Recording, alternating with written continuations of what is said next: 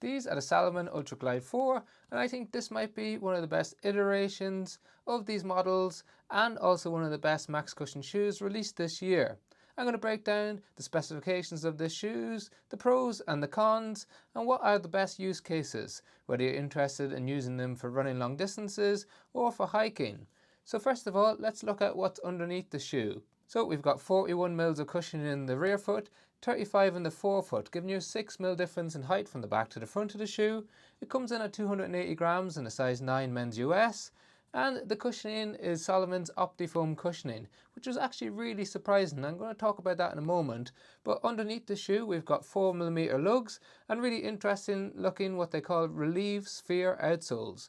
Actually kind of looks like the waffle outsole that we saw in the Nike Motiva running shoe, but it gives a really interesting feel underneath your foot, and you've got the all-terrain contra grip. Then as we move up the shoe, we've got the quick lace system alongside a semi-gusseted tongue. Now interestingly, we've got an endo fit upper, so it works like a sleeve so your foot slips into it. However, there are some key issues about the fit in the shoe that I want to discuss with you. So with all that in mind, let's talk about the things that I really liked about this shoe. One is the weight. It's actually quite a lightweight shoe considering it has 41 mils of cushioning underneath the rear foot. So that was a real plus, especially when you're running uphill. It doesn't feel like you've got a heavy clunky shoe underneath your foot. And the cushioning is quite balanced overall. So despite packing in this much cushioning, it doesn't feel like mushy or like you're sinking into it too much. And actually for the first few kilometers or even a little bit further than that, it felt really quite firm. But then it broke in nicely, especially in the forefoot. And it's actually quite flexible in the forefoot despite the amount of cushioning in there as well. So it started to transition really nicely, especially on flatter surfaces. And one of the main reasons for that is the rocker profile underneath the shoe. So you can see we've got a really nice heel bevel, and that means when you're going downhill it initiates grip really well. And then the forefoot rocker means that when you're running on flatter surfaces or you're going uphill, you get a really nice smooth transition. On the flat ground, if you're running on gravel, you get a really quick transition from the back to the front of the shoe, so they've done an excellent job at that. And one of the most surprising things about this shoe is despite it being a max cushion shoe, it actually feels really stable underfoot. Now the contributing factors to that are the really large sidewalls on the outside and the inside of the heel. So those of you who are unfamiliar, sidewalls come up, wrap around your ankle and help to control those pronation moments when you initiate contact with the ground. So it's a more modern form of stability.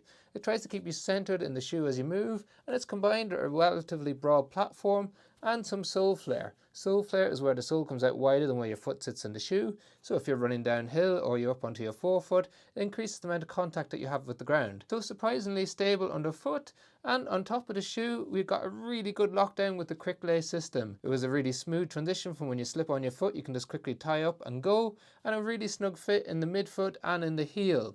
However, there are some downsides to this shoe.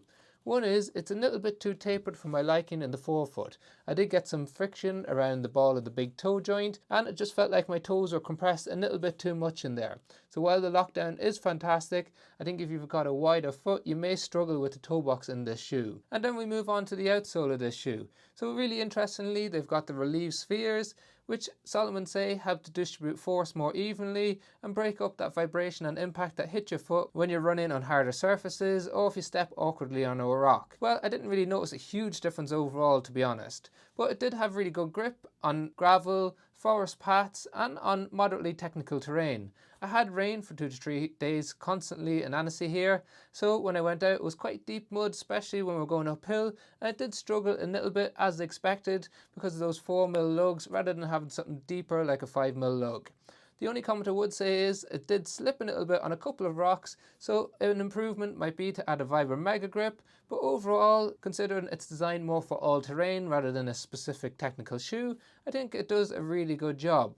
So if you're interested in using it for hiking, I think you're going to get that all-day comfort and that stability that you need. If you're carrying a heavy backpack and you need some lateral stability when you're going downhill or changing direction, this is going to provide you that all-day comfort without being too soft. When you're running, it's going to be a long-distance running shoe or an easy distance running shoe. The lightweight makes it a bit more enjoyable for those longer days on your feet.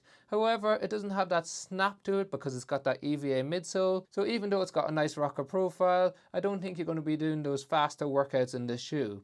However, if you wanted a recovery shoe, it's also going to fit in there really well as well. So let me know your thoughts on it in the comment section below. Have you tried it? Do you think it's an upgrade on the Ultra Glide 3? And as always, there's links to it in the description if you want to check out the latest prices.